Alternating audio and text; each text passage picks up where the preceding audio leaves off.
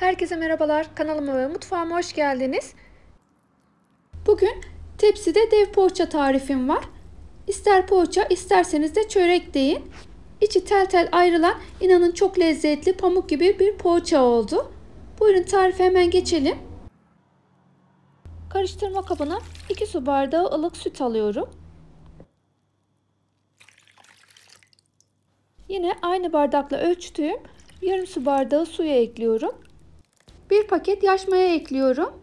Yaş maya yerine 2 paket kuru instant maya da ekleyebilirsiniz. 2 tatlı kaşığı da şeker ekledim.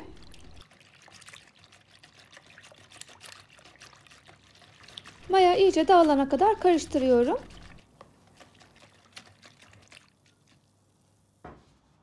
Üzerini kapatıp aktif hale gelmesi için 10-15 dakika bekleteceğim.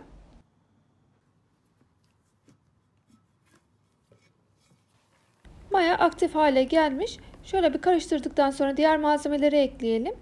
1 çay bardağı sıvı yağ, 2 tane yumurtanın beyazını ekliyorum. Sarıların üzeri için kullanacağım. Yavaş yavaş un ekleyerek karıştırmaya devam ediyorum. Tuzu mayaya temas ettirmemek için unla biraz karıştırdıktan sonra ekleyeceğim. Unun üzerine 1 tatlı kaşığı tuz ekleyip tekrar üzerine un döküp karıştırmaya devam ediyorum.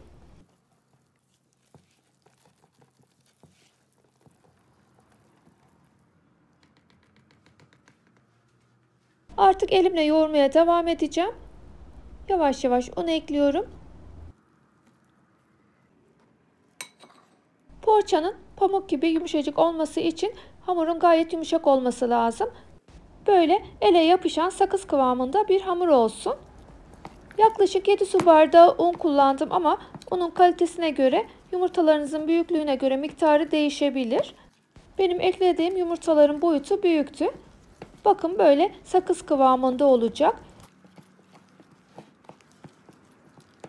Hamur bu kıvama gelince 4-5 dakika hiç durmadan yoğurdum. Bayağı ele yapışan bir hamur. Elimi kaşıkla temizliyorum. Üzerini tekrar kapatıp yarım saat kadar dinlendireceğim. Dinlenme süresi de yine ortamın sıcaklığına göre değişebilir. Bakın çok güzel kabardı hamur. Küçük bir kaseye de sıvı yağ aldım. Elimi sıvı yağına batırarak hamuru toparlayacağım.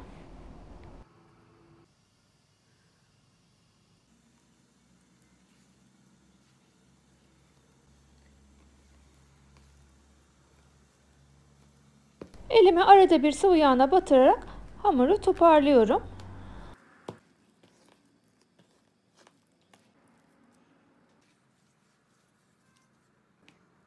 Hamuru toparladıktan sonra büyük bezeler yapacağım. Bezeleri koyacağım yeri de yağladım. Büyük portakal şeklinde 7 tane beze hazırladım.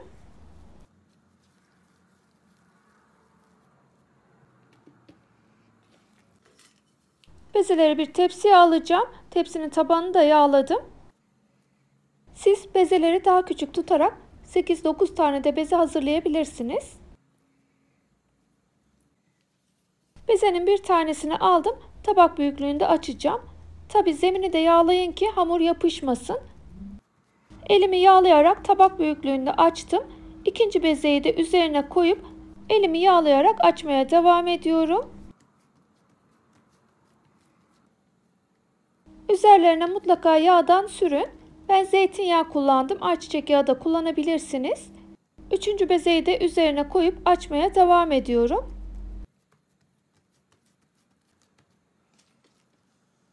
Bezelerin hepsini üst üste koyarak aralarını yağlayarak açacağım. Poğaçamı büyük çörek şeklinde yapacağım için içinin iyi pişip böyle tel tel ayrılmasını istiyorum. Bu şekilde kat kat aralarını yağlayarak yaparsanız hem pamuk gibi yumuşak olur hem de içi tel tel ayrılır.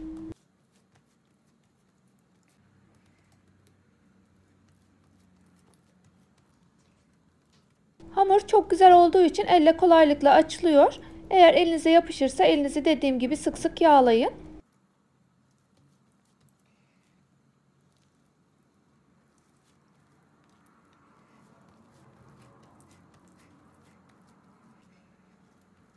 Bezelerin hepsini üst üste koydum. Elimi yağlayarak hamurumu açmaya devam ediyorum. İsterseniz kalın bir oklava ya da merdane ile hamurunuzu büyütebilirsiniz.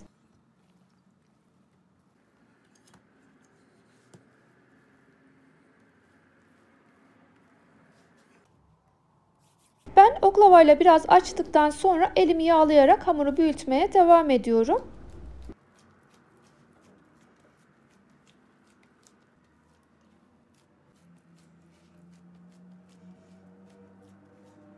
Poğaça hamurumu dikdörtgen olacak şekilde büyükçe açtım. Börek gibi incecik açmanıza gerek yok. Şimdi ortadan hamuru kesiyorum.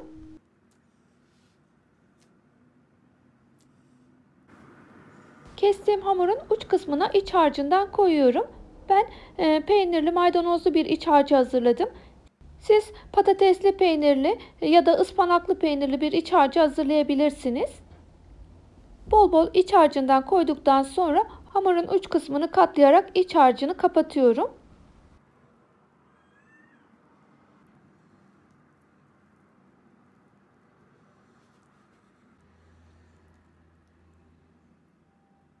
Açılmaması için parmaklarımla içe doğru bastırıyorum.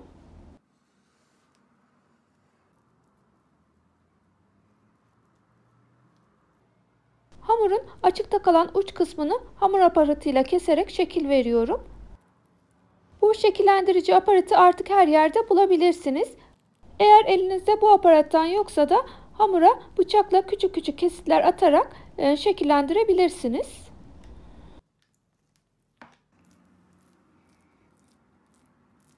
Poğaçayı kestiğim yöne doğru rulo şeklinde sarıyorum. Sonra içe doğru kıvırarak katlıyorum. Zemini yağlamadığım kısımda hamur biraz yapıştı. O yüzden siz zemini iyi yağlayın. Şimdi yağlı kağıt serdiğim tepsiye poğaçayı alıyorum.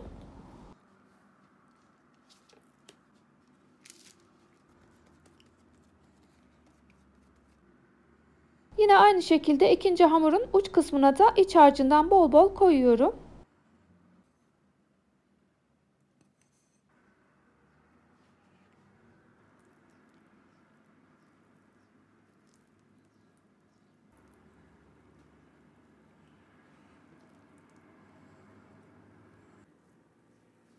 Yine aparatla kalan uç kısmı şekillendiriyorum.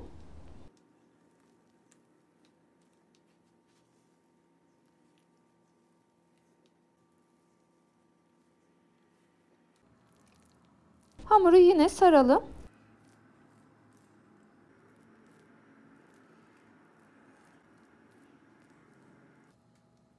Tepsiye koyduğum poğaçanın etrafından tekrar döndürüyorum.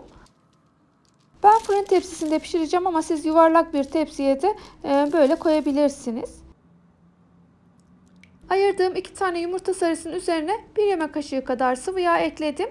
İyice çırptıktan sonra poğaçamın üzerine sürüyorum.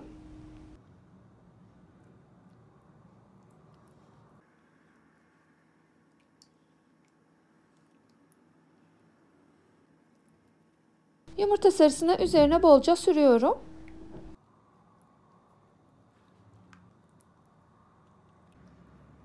Poğaçamı pişirmeden önce de 15 dakika tepsi mayası yaptım. Böyle biraz daha kabardı. Üzerine de biraz çörek otu serpiyorum. Siz isterseniz haşhaş ya da susam da yapabilirsiniz.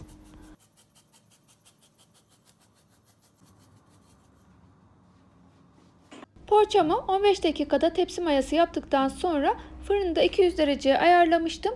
Isındıktan sonra fırına veriyorum. Altı üstü kızarana kadar pişireceğim. Pişme süresi fırına göre değişebilir. Kontrollü pişirin. Bakın çok güzel kabardı. Altı üstü de kıpkırmızı pişti. Artık fırından alıyorum.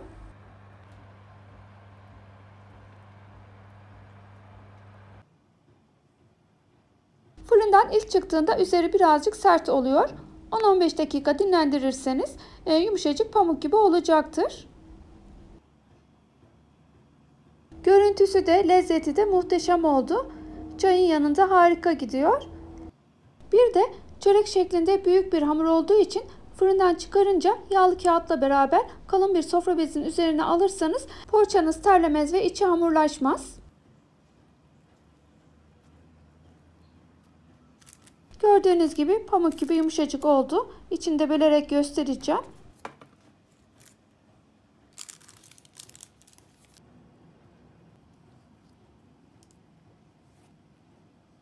Yumuşaklığını tekrar göstereyim.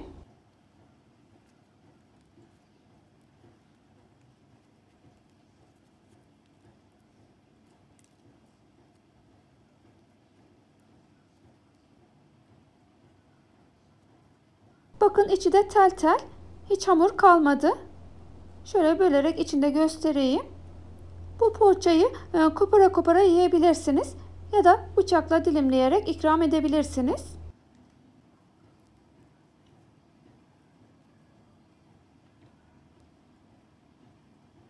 Tek tek uğraştırmayan kolay bir poğaça oldu. Umarım siz de dener ve beğenirsiniz. Eğer denerseniz sonucunu yoruma mutlaka yazın. Kullandığım malzemelerle klasik poğaça yapsaydık 2 tepsi poğaça çıkardı. Siz isterseniz malzemeleri yarıya indirerek daha küçük bir poğaça da yapabilirsiniz. Eğer tarifimi beğendiyseniz arkadaşlarınızla, sevdiklerinizle de paylaşırsanız sevinirim. Tariflerimi Instagram sayfamda da paylaşıyorum. Beni oradan da takip edebilirsiniz. Beni dinlediğiniz, videomu izlediğiniz için teşekkür ederim. Başka tariflerde, başka lezzetlerde görüşmek dileğiyle. Mutfağınızdan bereket hiç eksik olmasın. Sağlıcakla kalın. Hoşça kalın.